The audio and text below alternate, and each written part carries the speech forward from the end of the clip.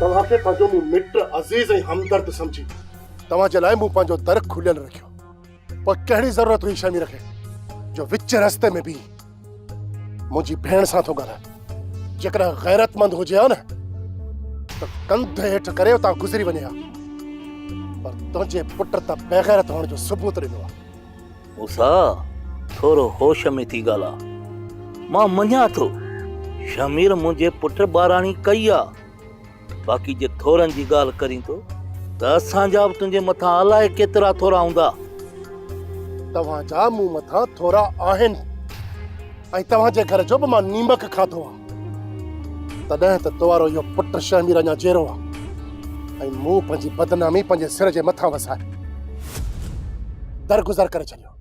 न त तूं हिन महिल पंहिंजे पुट जी ग़लतीअ जी माफ़ी वठण जे लाइ मुंहिंजे साम्हूं न हुजी हा।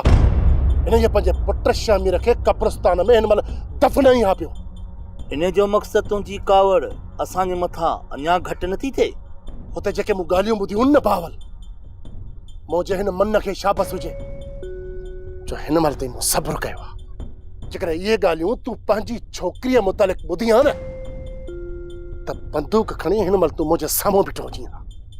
मूसा जेको कुझु थी गुज़रियो न उन जे लाइ त मां तोखां माफ़ी वठण आयो आहियां। मूं सभु कुझु दरगुज़र करे छॾियो बावल।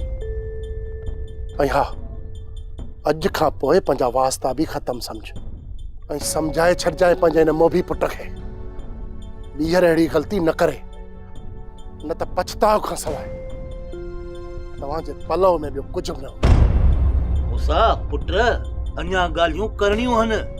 मुंहिंजे तरफ़ खां ॻाल्हियूं हिते ई ख़तमु सम्झ। शमीर पंहिंजे पेर ते पाण कुहाड़ो आयो।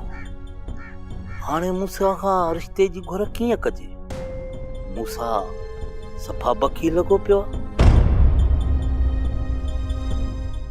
सोप सीरियल तकरार तमाम एपिसोड ॾिसो हाणे HD क्वालिटी में। विजिट कयो असांजो YouTube channel Sindh TV HD drama.